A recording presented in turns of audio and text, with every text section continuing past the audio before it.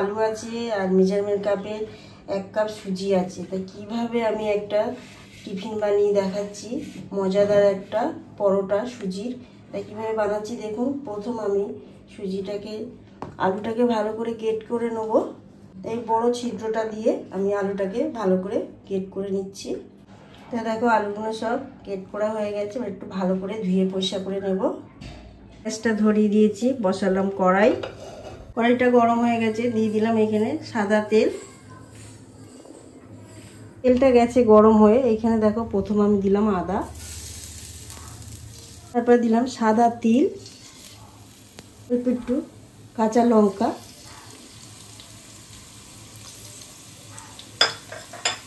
আর হাতের সামনে যদি কারি পাতা থাকে তো কারি পাতাও দিয়ে দিতে পারো।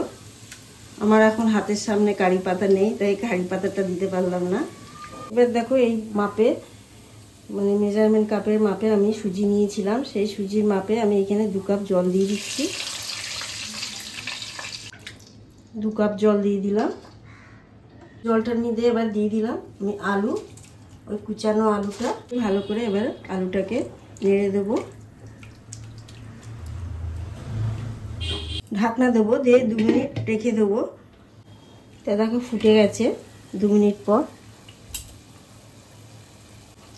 এবার এটাকে ভালো করে নেড়ে দিয়ে এরপরে দেখো সুজিটা আবার আমি ঢেলে দেবো। দিয়ে গ্যাসটাকে এই সময় একটু সিমে রেখে দেবো। দিয়ে দিলাম ধনেপাতা, আজ মতন অল্প একটু নুন দিয়ে দিলাম।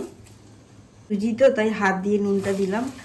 হাত দিয়ে নুনটা দিলে কি হয়, আন্দাজ মতন ভালোভাবে বোঝা যায়। এবার ভালো করে সিমে রেখে এটাকে ভালো করে নাড়বো। দেখো জলটা মাপ মতন দিলে খুব তাড়াতাড়ি সহজে এটা উঠে যাবে। দেখো 5 মিনিট ভালোভাবে এটাকে নেড়ে দিলাম। তো এইভাবে এবার আমি গ্যাসটাকে পুরো বন্ধ করে দিলাম। দিয়ে দেখো এইখানে আমি 5 মিনিট রেখে দেবো ঢাকনা দিয়ে। এই গরম অবস্থায় আমি এটা পাত্রের মধ্যে, থালার মধ্যে ঢেলে নিচ্ছি, যেটা দিয়ে ভালো করে মাখতে পারবো। তাড়াতাড়ি ঠান্ডাটা হয়ে যাবে। কড়াই আমি 5 মিনিট রেখে দিয়েছিলাম ঢাকনা দিয়ে। তো গরম অবস্থায় দেখো একটু এইভাবে খুন্তি দিয়ে ভালো করে মাখতে হবে এটাকে একটু।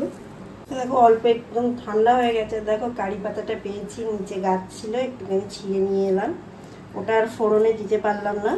এইখানে গরম অবস্থায় মাখার সময় কুচো কুচো করে ভালো করে মাখা হয়ে গেছে। দেখো এবারে একটা জায়গায় ঢেকে রেখে তারপরে এটা বেলাটা শুরু করব।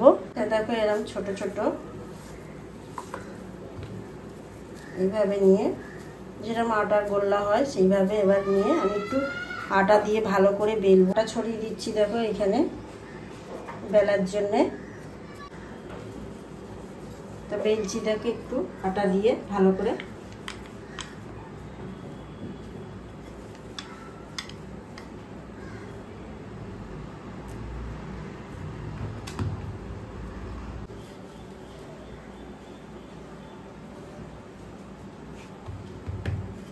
দেখো। আর একটা প্রথম দিয়ে রেখেছিলাম, আর এটাও আস্তে করে এরকম দিয়ে দিচ্ছি।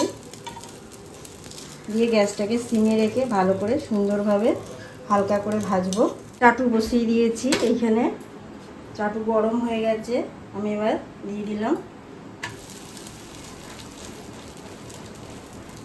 যেহেতু আমার ঢাকনাটা, দেখো এক পিঠ করে উল্টে দিচ্ছি। সাদা তেল অল্প করে একটু বেরাস করে দিয়ে দিচ্ছি।